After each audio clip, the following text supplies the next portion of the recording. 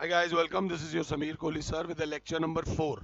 This is lecture number 4 of the topic called electricity और electricity में आज हम पढ़ेंगे electric current के बारे में.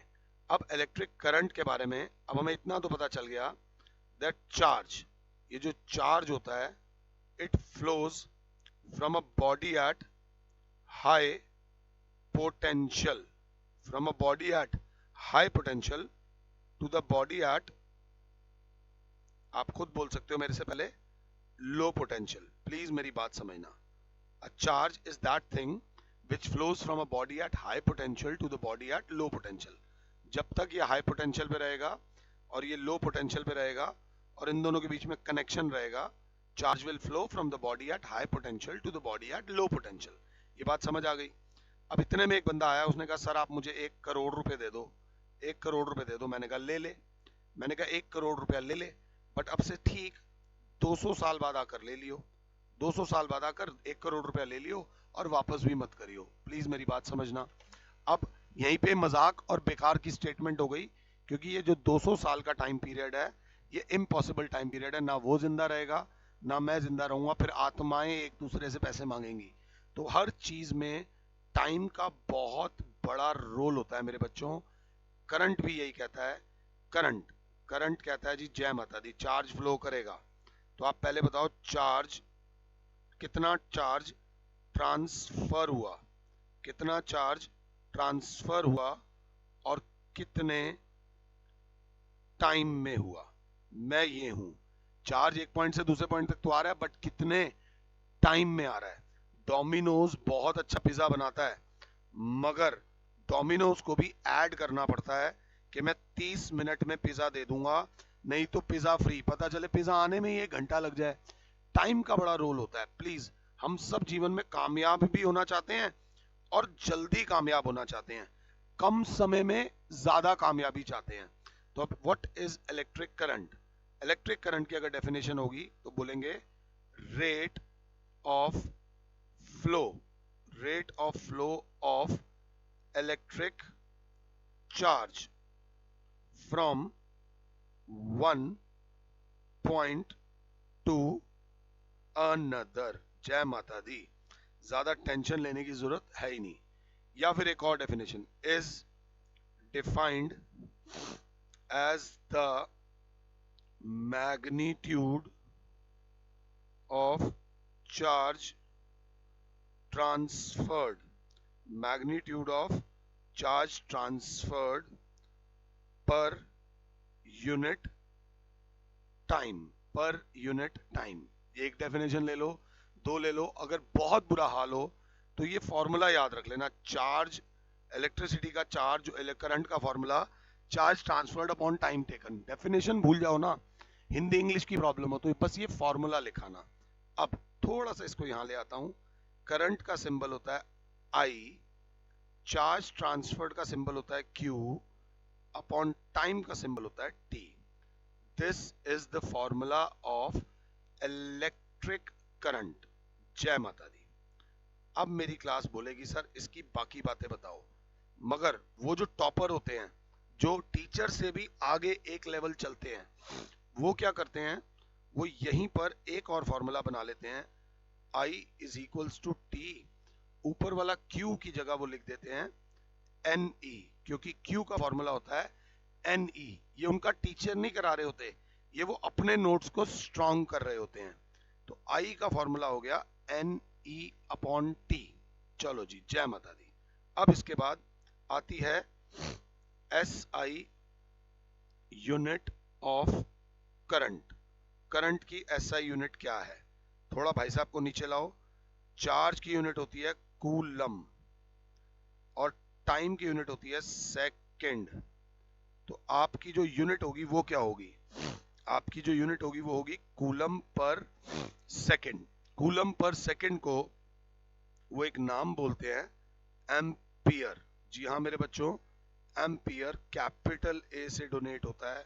तो SI unit of current, SI unit of current is, बोल दो यार, एम्पियर, जिसको कैपिटल ए से दिखाया जाता है.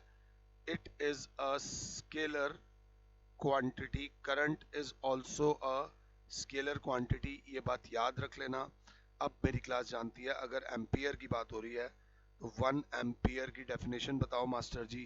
1 एम्पियर की डेफिनेशन होगी जब कितना चार्ज ट्रांसफर होगा. 1 coulomb of charge will be transferred in 1 second. तो इसकी जो डेफिनेशन होगी 1, वो बोलेंगे डिफाइन 1 एम्पियर. तो आप बोलोगे 1 ampere is the magnitude of electric current when a charge of 1 coulomb flows across two ends of a conductor per second. ये बात याद रख लेना. इसको यूनिट ऑफ चार्ज भी बोलते हैं या मैग्नीट्यूड ऑफ चार्ज, मतलब डेफिनेशन ऑफ वो. एक और चीज होती है 1 मिली एम्पियर. एम्पियर काफी ज्यादा चार्ज होता है. 1 मिली एम्पियर बराबर होता है 10 की पावर -3 एम्पियर. ये छोटी यूनिट है इसकी, ये बात याद रख लेना. और अभी इसमें दो बातें बड़ी इंपॉर्टेंट है. मेरी कोशिश ये रहती है कि एक ही पेज पे करा दूं ताकि आप जब नोट्स बनाओ या स्क्रीनशॉट लो तो सब कुछ आपके सामने हो. ये बात याद रख लेना. इट इज, ये बहुत इंपॉर्टेंट पॉइंट है, it is detected bye galvanometer.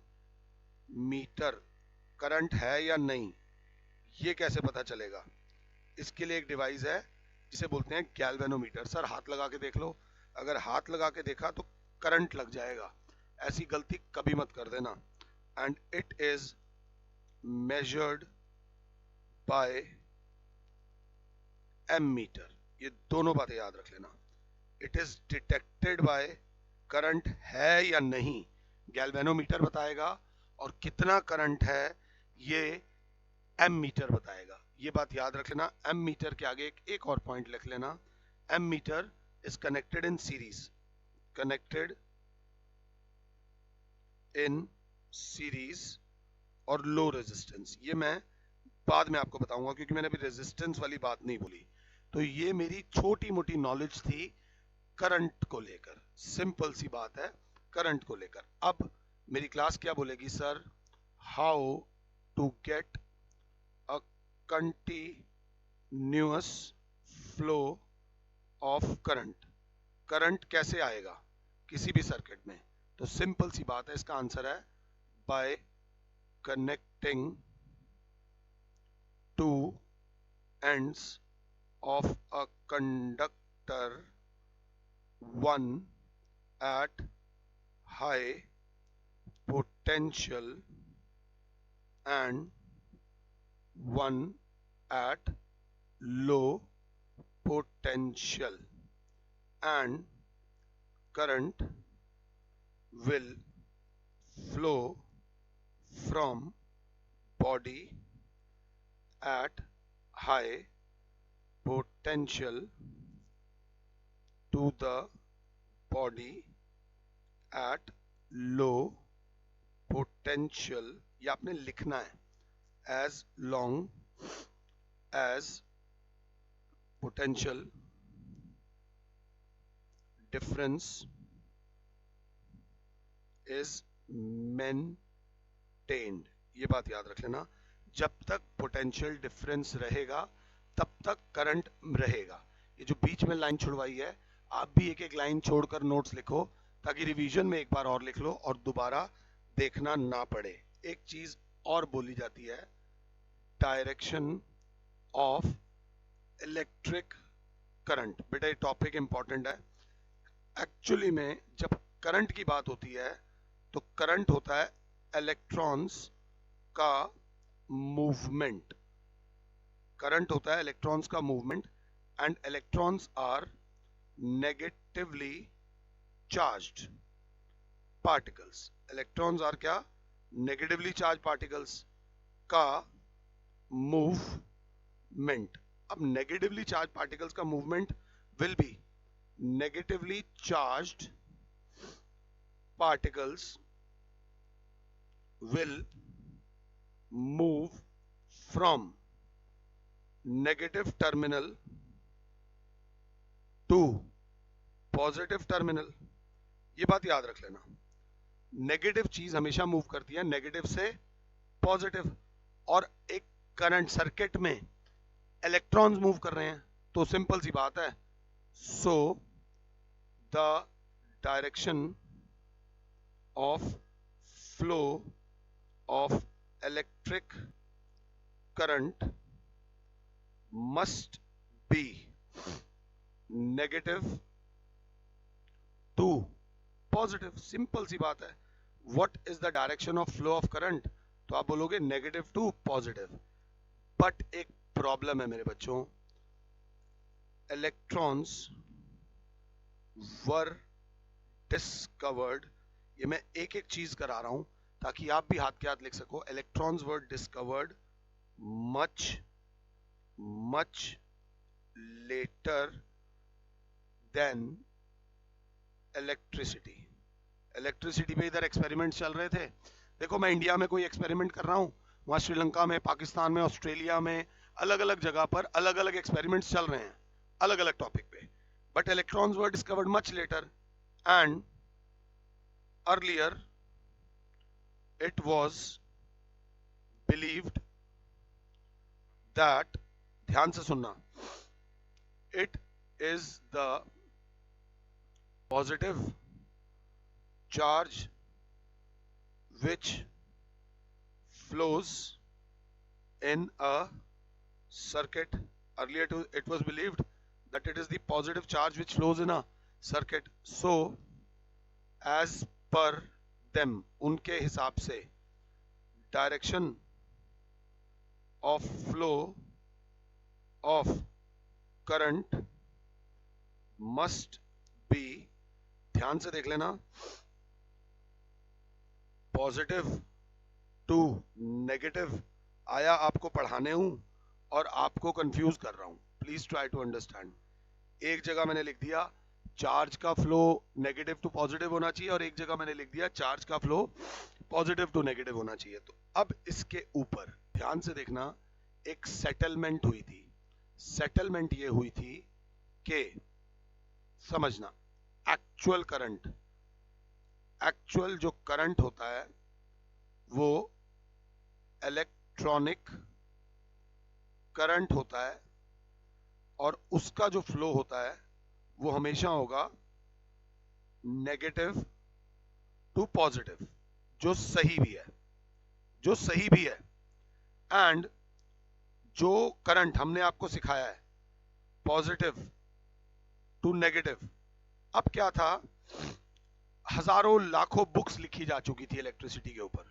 अब उन सब बुक्स को गलत बोलने की जगह इस करंट को एक नाम दे दिया, नाम दे दिया कन्वेंशनल करंट। ये बात याद रख लेना, पॉजिटिव टू नेगेटिव वाले करंट को नाम दे दिया कन्वेंशनल करंट, और कन्वेंशनल करंट की जो डायरेक्शन होती है वो होती है पॉजिटिव टू नेगेटिव। बुक्स में कैसे लिखेंगे, बुक्स में मैं ऐसे ही लिख देता हूं, बुक्स में जो डायग्राम्स में होता है वो कौन सा करंट होता है बेटा, कन्वेंशनल करंट ही होता है और होता रहेगा। बुक्स में फ्लो ऑफ करंट हमेशा बड़े वाला पॉजिटिव होता है, छोटे वाला नेगेटिव होता है।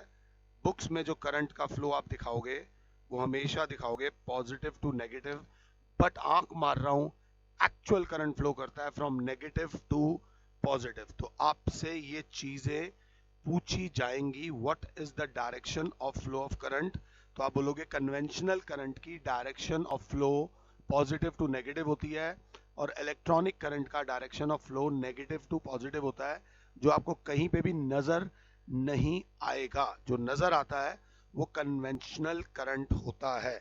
अब इस लेक्चर में आगे बढ़ने से पहले कुछ डायग्राम्स हैं जो मैं आपके साथ बनाना चाहता हूं। सबसे पहले डायग्राम, ये पॉजिटिव, ये नेगेटिव।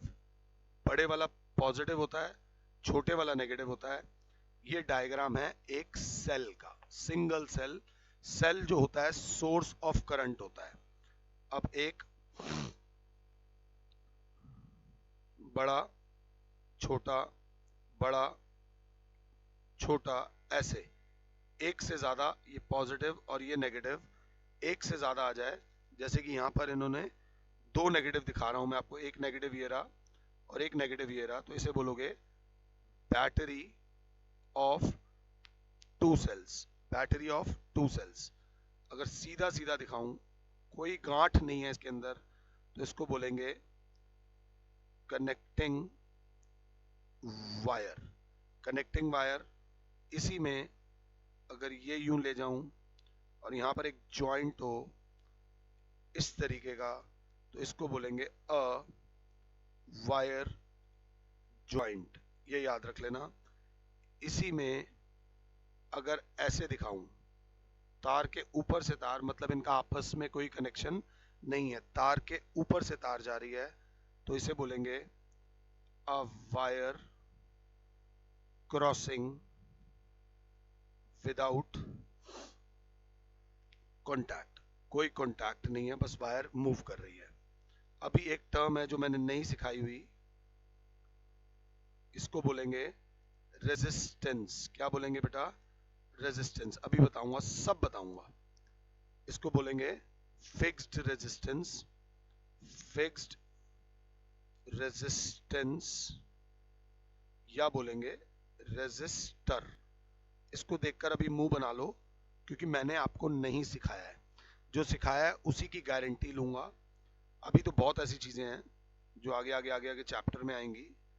इसको बोलेंगे एरो का मतलब, या फिर ऐसे भी दिखा सकते हैं कुछ बुक्स में, ये इसको बोलते हैं वेरिएबल रेजिस्टेंस। Variable resistance. इसके बाद आएगा आपका ये, जिसके बारे में हल्का सा मैं आपको बता चुका हूं, ए पॉजिटिव नेगेटिव, फिर आएगा जी पॉजिटिव नेगेटिव, फिर आएगा वी पॉजिटिव नेगेटिव। इस भाई का नाम है एमीटर, इस भाई का नाम है गैल्वेनोमीटर। इनमें कंफ्यूजन मत लाना। इस भाई का नाम है वोल्ट मीटर। इन दोनों का काम होता है करंट से रिलेटेड, इसका काम होता है पोटेंशियल डिफरेंस से रिलेटेड। ध्यान से, ये स्विच ओपन है, या फिर इसको ऐसे भी दिखा सकते हैं, स्विच अभी ऑफ है, ओपन स्विच। इसको बोलते हैं एन ओपन प्लग की। ओपन प्लग की जब स्विच ऑफ होता है, और जब स्विच ऑन होता है तो ये ऑन ऐसे करके होता है जब कनेक्शन हो जाता है, या फिर इसको ऐसे दिखाते हैं, ऐसे करके बीच में के। अब इसे बोलेंगे अ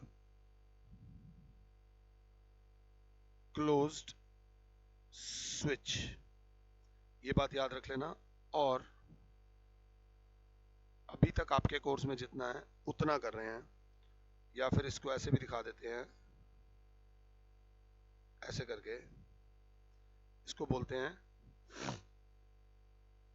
इलेक्ट्रिक बल्ब। मेरी एक रिक्वेस्ट है, अगर इलेक्ट्रिसिटी को ढंग से समझना चाहते हो, अगर इलेक्ट्रिसिटी को ढंग से समझना चाहते हो, तो आपको ये वाला डायग्राम जितने मैंने बनाए हैं ये 3 बार बना लेना। ये 3 बार बना लोगे, फिर सर्किट समझ आ जाएगा। अब इंसान जिंदगी में क्या चाहता है? इंसान चाहता है कि उसको, एक एग्जाम्पल दे रहा हूं, उसको रोटी मिले और इज्जत से रोटी मिले। भगवान ने इज्जत भी दे दी, रोटी भी दे दी। समझना, इलेक्ट्रिसिटी में क्या हम चाहते हैं कि हमें सही वोल्टेज मिले और सही करंट मिले। प्लीज मेरी बात समझना। अब जब रोटी जिंदगी भर की मिल गई, तो इंसान ने ना रोटियां खाना बहुत ज्यादा शुरू कर दिया, खाए जा रहा है, खाए जा रहा है, खाए जा रहा है, बहुत मोटा हो गया। और कुछ इंसान है जो कम रोटी खा रहे हैं, वो पतले होते जा रहे हैं। तो अब किसको कितनी रोटी मिले, इसके लिए भी कोई चीज चाहिए, होनी चाहिए। यहां पर एक बैलेंस होना चाहिए कि किस इंसान को कितनी रोटी मिलनी चाहिए, किस इलेक्ट्रिकल अप्लायंस को करंट कितनी इज्जत के साथ मिलना चाहिए। इज्जत सबको मिलनी चाहिए, बट आप देखना इज्जत कर्मों से मिलती है, किसी को ज्यादा मिलती है, किसी को कम मिलती है, इज्जत बराबर नहीं मिलती। तो वोल्टेज किसको कितना चाहिए और किसको करंट कितना चाहिए, उसके लिए एक चीज और चाहिए जो मैं बताता हूं। हम चाहते हैं कि सड़क बिल्कुल फ्लैट हो, साफ सुथरी सड़क हो, समझना मेरी बात को, ये हम चाहते हैं। सड़क बिल्कुल फ्लैट हो और हमारे पास गाड़ी भी अच्छी से अच्छी हो। हमारी जो गाड़ी हो गई वो तो हो गया करंट, गाड़ी में पेट्रोल हो, गाड़ी अच्छी हो, सड़क फ्लैट हो, ये हो गया वोल्टेज। बट सपोज आगे एक स्कूल है, अब आगे एक अगर स्कूल है तो क्या सड़क बिल्कुल फ्लैट हो? नहीं, स्कूल से पहले ऐसे करके स्पीड ब्रेकर होने चाहिए। उन स्पीड ब्रेकरों की जरूरत है या नहीं? अगर स्पीड ब्रेकर नहीं होंगे तो आप धे दबादब एकदम गाड़ी लेकर चले जाओगे। तो इन स्पीड ब्रेकर से क्या होगा, यहां पर आपको अपनी स्पीड कम करने की जरूरत है, ये बात याद रख लेना। तो स्पीड ब्रेकर भी जरूरी है। उन स्पीड ब्रेकर के लिए एक टर्म आती है रेजिस्टेंस, बताऊंगा, सब बताऊंगा। जैसे सड़क पे एक टर्म आती है फ्रिक्शन, वैसे इलेक्ट्रिसिटी में भी बस ये तीन लोगों का रोल होता है, सही वोल्टेज पे करंट मिलता रहे और सही रेजिस्टेंस के साथ। बताऊंगा रेजिस्टेंस अच्छे तरीके से बताऊंगा, बट एक बहुत इंपॉर्टेंट डायग्राम है जिसको बोलते हैं सर्किट डायग्राम।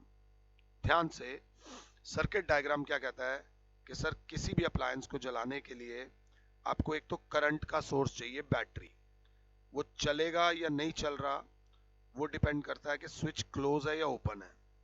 उसके बाद सर करंट फ्लो करेगा उस अप्लायंस में से, जब करंट उस अप्लायंस में से फ्लो करेगा फिर ये सर्किट कंप्लीट होगा। ये जो है ये आपका वो है अप्लायंस, और ये आपका जो है क्लोज्ड स्विच है। ये तो बिल्कुल ही बेकार डायग्राम है, बट एक प्रोफेशनल डायग्राम क्या होता है, वो ये होता है सर, आपको किसी भी अप्लायंस को चलाने के लिए एक तो बैटरी चाहिए माइनस पॉजिटिव, फिर आपको एक एमीटर चाहिए जो ये बताएगा कि कितना करंट जा रहा है, फिर आपको एक रेजिस्टर चाहिए और करंट सही वोल्टेज से जा रहा है या नहीं जा रहा है ये भी चाहिए, और करंट हर बार नहीं जाना चाहिए, जब जाना हो तब स्विच क्लोज्ड हो, जब नहीं जाना हो तो तब स्विच ओपन हो जाए। ये होता है प्रॉपर सर्किट डायग्राम। ये बात याद रख लेना, किसी भी चीज में, किसी भी चीज में एक परफेक्ट सर्किट जो होता है वो ये होता है बेटा। अगर दिक्कत हो तो एक बार दोबारा देख लेना कितना करंट जा रहा है, किस वोल्टेज से जा रहा है, और फालतू ना चला जाए, बिल्कुल सही तरीके से चला जाए। इसको बोलते हैं एक कंप्लीट सर्किट डायग्राम। इस डायग्राम को भी 3 बार जरूर बनाना, 3 बार बनाओगे तो फायदा होगा। नेक्स्ट लेक्चर में मैं आपके साथ थोड़े बहुत क्वेश्चन डिस्कस करूंगा। फिलहाल के लिए और Sameer sir is saying you good bye, God bless all, जय माता दी।